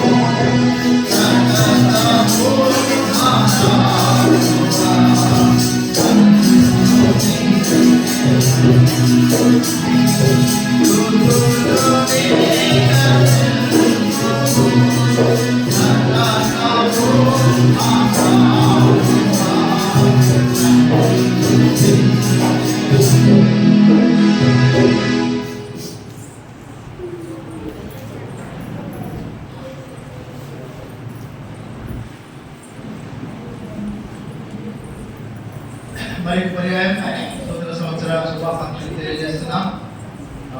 ఈ దినం రాత్రి రాలే వారి ఉదయకాల సమయంలో దేవుడి మందిరానికి వచ్చారు. మీ అందరికీ ప్రభుత్వం ఆహ్వానము.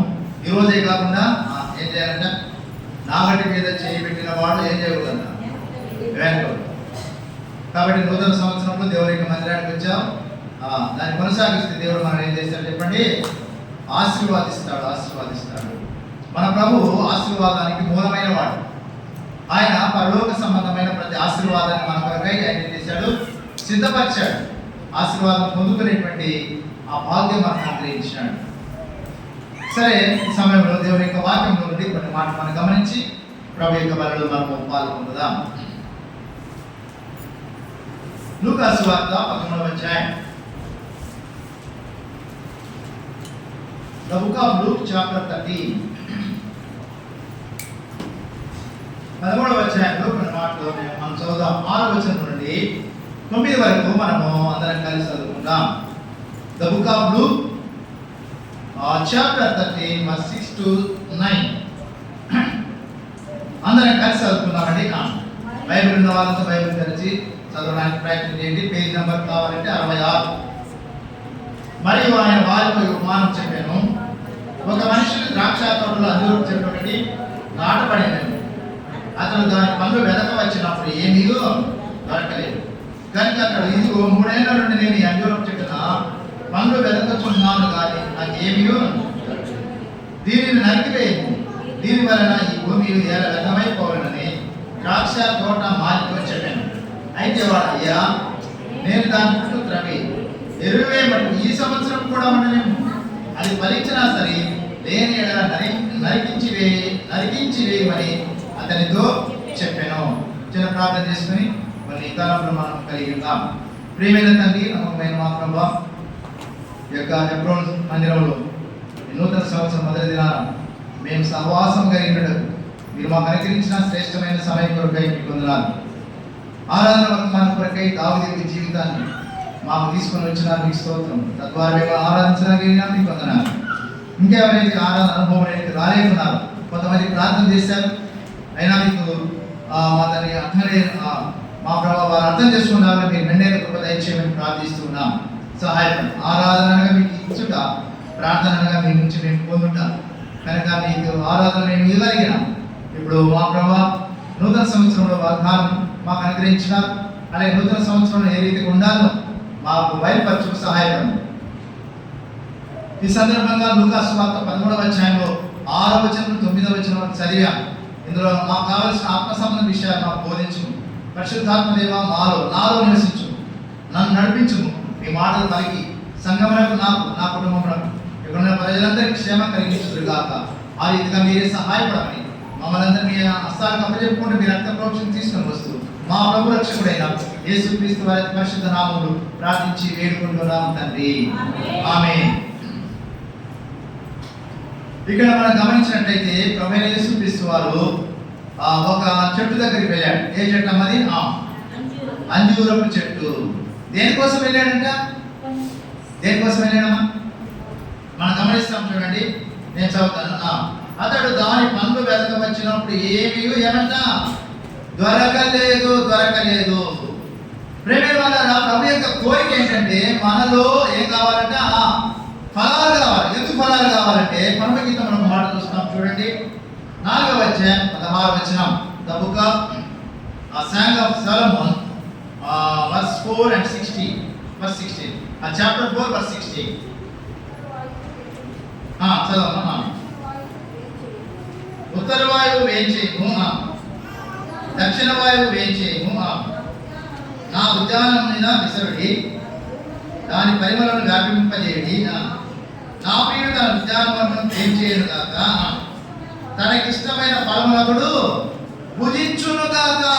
కాబట్టి దేవుని యొక్క కోరిక ఏంటంటే మనలో ఉన్నటువంటి ఆత్మ సంబంధమైన ఫలాలు ఆయన భుజించాలని కోరుతున్నాడు. ఆయనకు భూలోకంలో ఉన్నప్పుడు మన వల్ల ఆకలితో ఉన్నాడు, ఆయన మన వల్ల దాహంతో ఉన్నాడు. అయితే ఆ ఆకలి ఎలా తీర్చబడుతుందంటే నీలో నాలో ఉన్నటువంటి ఫలముల ద్వారా తీర్చబడుతుంది. కానీ ఇక్కడ గమనించినట్లయితే అంజూరపు చెట్టు ఎక్కడ ఉందన్నాడు? ద్రాక్ష తోటలో ఉందన్నాడు. ఎన్ని సంవత్సరాల నుంచి ఉందంట? 3 సంవత్సరాల నుంచి ఉందంట. 3 సంవత్సరాల నుంచి ఉన్నప్పటికీ అందులో ఏం లేదంట, ఒక్క ఫలం కూడా లేదు. కాబట్టి వెతుకుతూ వచ్చే నిరుత్సాహం అయిపోయింది. అరే ఆకు పచ్చగా చూడండి. మత్తయి సువార్త 21వ అధ్యాయం 19వ వచనం చదువుదాం. చదవండి. మత్తయి సువార్త 21వ అధ్యాయం 19వ వచనం. అప్పుడు త్రోవ పక్కన చూచి దాని యొద్దకు రాగా దాని యొక్క ఏమంట ఆకులు తప్ప ఏం లేమంట, మరి ఏమీ కనబడలేదు. Only there are leaves. అక్కడ ఏమంట ఆకులు మాత్రమే, there are no fruits at all. అక్కడ ఏం లేమంట ఫలాలే లేవు. ప్రభుకు ఆకులు కావాలా, ఫలాలు కావాలా? ఏమన్నాడు ఆయన? నేను భుజించినట్లుగా ఫలముడా కావాలన్నాడు. అయితే ఇప్పుడు ఇది మనం గమనిస్తే క్రైస్తవ జీవితంలో ఏమన్నాయంటే చెప్పండి, ఆకులు ఉన్నాయి, ఏం లేవంటే ఫలాలు. ఆకులు అంటే క్రైస్తవులు పేరు పెట్టుకుని ఉన్నామని ఇది ఒక ఆకు. అలాగే క్రైస్తవ సమాజంలో ఆచార అలవాటు. అయితే ప్రభు వీటన్నిటి ఆశించలేదు, కానీ మనలో నుంచి ఏం కావాలంటే ఫలము కావాలి. కాబట్టి ఇక నూతన సంవత్సరంలో ఎవరైనా నూతనంగా వచ్చింటే తీర్మానం చేసుకోండి, అయ్యా నా ఇంతవరకు ఫలాలే లేవు. కారణం ఏంటంటే అయితే చెప్తా ఉన్నాడు, 3 ఏళ్ల నుండి చూస్తున్నాను కానీ ఒక్క ఫలం కూడా లేదు. కారణం ఏంటంటే ఇక్కడ మనం గమనిస్తే అది సరైనటువంటి విధానంలో ఉండడం లే. అన్ని రకాల వస్తువులు ఉన్నప్పటికీ దానిలో లోపల ఏదో ఒక చెడు ఉంది. ఆ చెడుగా మనం ఏం చెప్పుకోవచ్చు అంటే పాపము. కాబట్టి నీవు నేను ఫలించకపోవడానికి కారణం ఏంటంటే మనలో ఏమంటే దాచబడినటువంటి ఏమంటే పాపం ఉంది. There is sin in our heart. మనలో పాపం ఉంది. అయితే ఇక్కడ ఆ తోటమాలి ఏం చేశాడంటే, ఆ యజమాని ఏం చేశాడంటే, తోట ద్రాక్ష యజమాని ఈ చెట్టు నరికేయ అన్నాడు. ఒకవేళ ఆ చెట్టు నీకు నాకు పోల్చుకుంటే 3 ఏళ్ల నుంచి మనం ఉన్నాం, మనం త్రాగుడు మాడలే. 3 ఏళ్ల నుంచి మనము సజీవంగా ఉన్నా, మన యొక్క భయంకరమైన పాప జీవితం మారడంలే, భయంకరమైన అబద్ధాలు మారడంలే, లేకపోతే మన యొక్క పాప జీవితం ఇంకా మారకుండా ఉంటే దేవుడు కోపం వచ్చి ఉంటే 2024లో మనం ఏం చేశాడు, నరికించి వేసేవాడు. మనం చూస్తామంటే పేపర్లలో న్యూస్లో చూస్తూ ఉంటాం.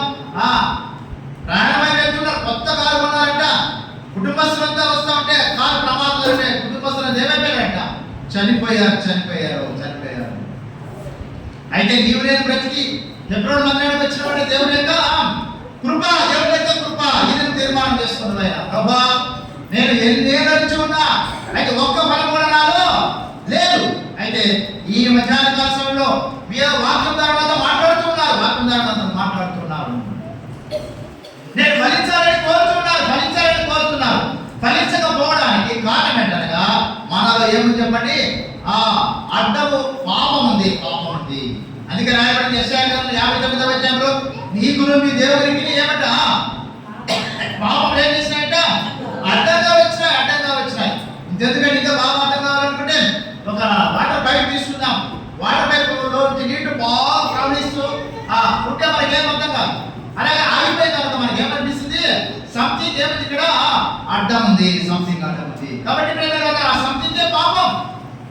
ఇప్పుడు అడ్డం తొలగిస్తే నీళ్ళు మళ్ళీ యథావిధిగా వస్తాయి. కనుక ఈ యొక్క మధ్యాహ్న కాల సమయంలో నూతన సంవత్సరం 2025వ సంవత్సరం జనవరి నెల 1వ తారీఖున ప్రభునితో మాట్లాడుతున్నాడు. ఎంతకాలం నువ్వు ఆ యొక్క అంజూరు చెట్టు వలె ఫలం లేకుండా ఉంటావు.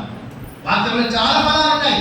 జిహ్వా ఫలం అన్నాడు, నీతి ఫలం అన్నాడు, వెలుగు ఫలం అన్నాడు, ఆత్మ ఫలం అన్నాడు, సేవా ఫలం అన్నాడు, అలాగే వారికి మరణ ఫలం అన్నాడు. చాలా ఉన్నాయి. ఆశీర్వాద ఫలం అన్నాడు. ఎన్ని రకాల ఫలాలు ఉన్నాయంటే మనం కాస్త ఇంకా వస్తూనే ఉంటాయి. అయితే మనలో ఆ ఫలం ఫలించకపోవడానికి కారణం ఏంటంటే మనలో ఉన్నటువంటి చెప్పండి పాపం. కాబట్టి నూతన సంవత్సరంలో ఆ పాపం తొలగించుకుందామా? పాపం తొలగించడానికి మన శక్తి చాలు. పాపం తీసివేయడానికి ప్రభువైన యేసుక్రీస్తు వారు భూలోకానికి వచ్చాడు. అది నా తరం. కాబట్టి నీలో ఉన్న పాపం, నాలో ఉన్న పాపాన్ని తొలగించడానికి ప్రభువైన యేసుక్రీస్తు వారు అధికారం కలిగిన వాడిగా ఉన్నాడు. పాపమును క్షమించడానికి మనిషి కుమారునికి భూమి మీద ఏముందంట, అధికారం ఉందని చెప్పినాడు. మన పాప ప్రభువైన యేసుక్రీస్తు వారు శిలువలో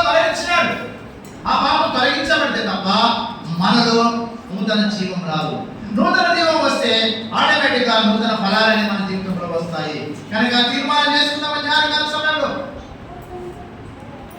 ఎవరైతే ఇంకా అంజూరం చుట్టూ వలె ఆ మందిరానికి వస్తూ కూడా, లేకపోతే క్రైస్తవులను పేరు పెట్టుకొని ఉండి కూడా ఇంకా మానవలసి పొందకపోతే దేవుడు అంటున్నాడు నరికించి వేయుము అంటే ప్రభువైన యేసుక్రీస్తు వారి కొరకు మనం అడ్డుపడుతున్నాడు. అయ్యా వద్దు, ఈ సంవత్సరమైన ఉండనే అయ్యా, నీ కొరకై నా కొరకై శిలువలో ప్రభువైన యేసుక్రీస్తు వారు అడ్డుపడి అడుగుతున్నాడు. ఈ సంవత్సరమైనా ఉండనేమో బాగుపడతాడు, ఈ సంవత్సరం ఉండనేమో మానవలసి పొందుతుంది, ఈ సంవత్సరం తన పాపం ఇంకా మారుకుంటుంది, నేను దానికి పూచి కారణంగా నా రక్తంతో ఆమె దాన్ని సంధిస్తున్నా, నా రక్తం సిద్ధంగా ఉంది ఆమె యొక్క పాపం కడగడానికి, ఆయన పాపం కడగడానికి ఆయన ఒప్పుకోవాలి.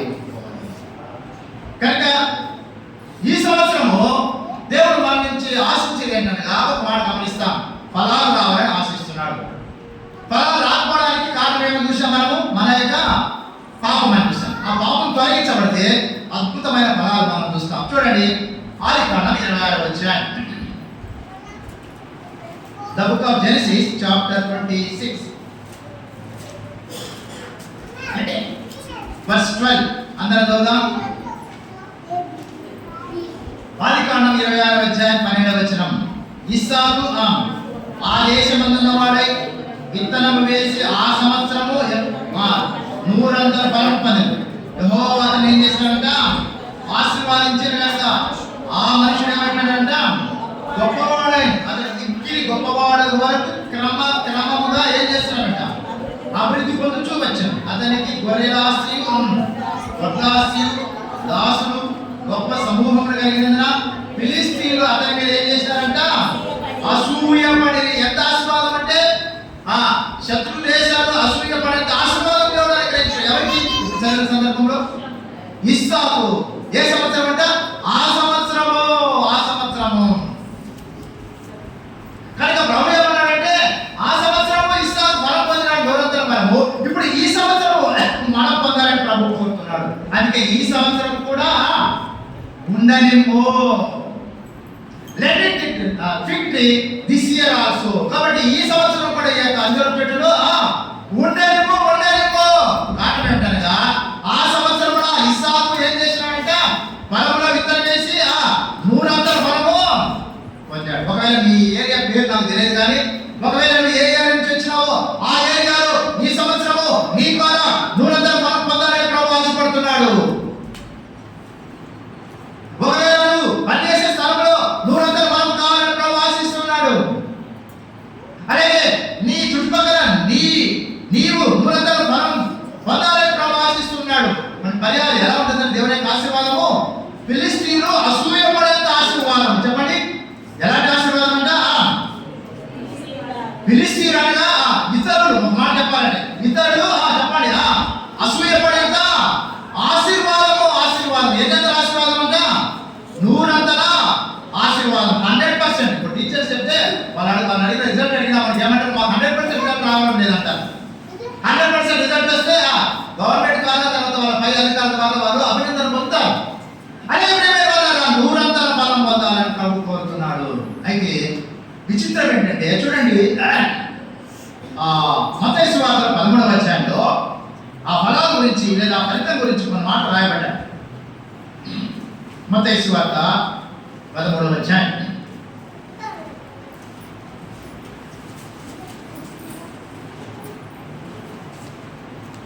8వ వచనం. The book of Matthew chapter 13 verse 8. కొన్ని మంచి నేలను అందరం చదువుదామా. కొన్ని మంచి నేలను పడి ఒకటి 100 గాను, ఒకటి 60 గాను, ఒకటి 30 గాను ఫలించెను. ఎట్లా ఉందంటే ఫలితం ఇది చెప్పాలి. స్టార్టింగ్ ఏంటంట 100. తర్వాత ఏమైపోయిందంట? అంటే తర్వాత ఏమైంది? ఫలాలు పెరుగుతున్నాయా తగ్గుతున్నాయా? చెప్పాలి. ఫలాలు పెరుగుతున్నాయా తగ్గుతున్నాయా? తగ్గుతున్నాయి. అక్కడ ఇస్సాకు జీవితంలో మన విషయం క్రమంగా ఏం చేశాడంటే అంటే తర్వాత ఏంటి?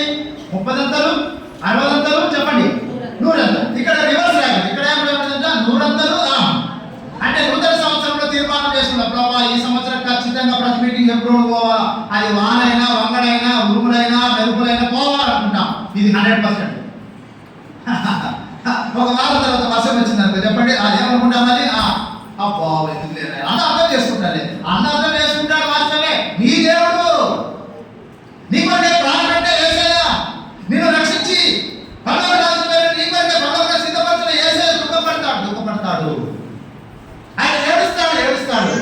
కనుక ఆయన కోసంగా అన్న కోసం అత్త కోసం లేకపోతే సగ పెద్దల కోసం కారణం రావాల్సిన ఎవరికి మందిరానికి నన్ను ప్రేమించి చెప్పండి నన్ను ప్రేమించి నా కొరకై తను తాను బలిగాను అర్పణగాను చేసుకున్నటువంటి యేసు కొరకు జీవిస్తున్నాను. ఎవరి తీర్మానం ఇది? పౌలు గారి తీర్మానం. కానీ ఇక్కడ మనం గమనించినట్లయితే 100 తర్వాత ఏమంట 60 తర్వాత ఏమంట 30 అంటే స్టార్టింగ్ లో బ్రహ్మాండంగా వస్తారు. మీరు అన్ని మీటింగ్లు వీళ్ళే కనపడతారు. ఇంకా సమయం దొరికే ఒకరు కూడా కనపడరు. అప్పుడప్పుడు విసిరికి వెళ్ళారంటే అన్న ఎక్కడికి వెళ్ళారంటే అన్న అక్కడికి వెళ్ళాడు నా ఎక్కడికి వెళ్ళిందన్న నా పిల్లలంటే ఇక్కడికి వెళ్ళారు. కారణమే నీలో రక్షణ కార్యం జరగాలి. కనుక ఈ మధ్యాహ్న కాలం జ్ఞాపకం చేసుకో, నీ రక్షణ సంపూర్ణమైన రక్షణ అయింది. నీ పాపం ఇంకా క్షమించబడకపోతే ఇది మంచి అవకాశం. నీకు మంచి అవకాశం. ఎవరి పాపం క్షమించబడే వారు ధనిలు, వారు ఫలిస్తారు భయపడి. ఇదే మార్క్స్ వార్తతో విధంగా రాశారు. చూడండి గమనిస్తాం. మార్క్స్ వార్త 5వ అధ్యాయం 8వ వచనం. The book of mark chapter 5 verse 8.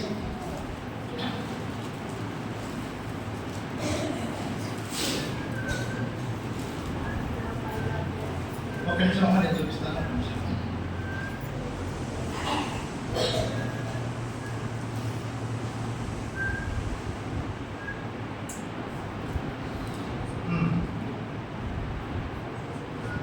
Marks వార్తలో ఒక మాట చూపిస్తాను. 5 కాదు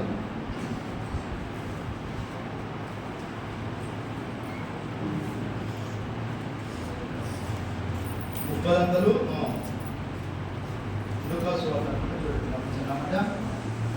లూకాసు వార్తలో 30 60 100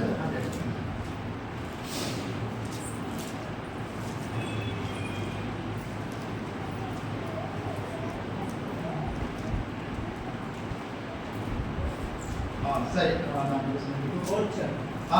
చెప్పండి. 4 చెప్పండి.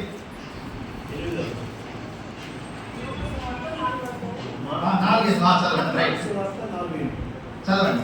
మార్క్స్ వార్త 4 అన్న లూకాసు వార్త 4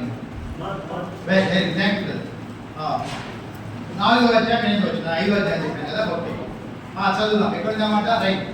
కొన్ని మంచి మార్క్స్ వార్త 4వ అధ్యాయం 5వ వచనం. కొన్ని మంచి నేలను పడిన అవి మొలిచి ఏమంట పెరిగి పైరై ఏమంట 30 గాను 60 గాను 100 గాను ఫలించెను.